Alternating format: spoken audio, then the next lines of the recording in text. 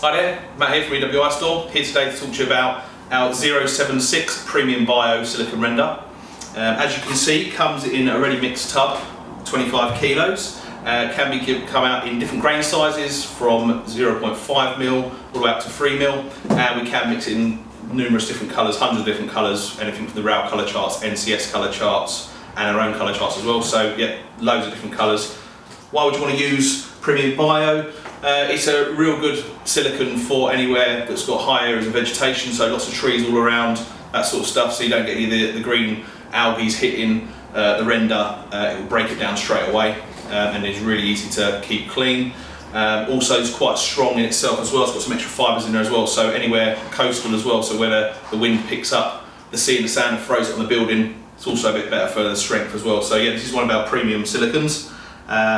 As I say, Premium Bio, great renders to use, so yeah, I'd really recommend it on some of your jobs.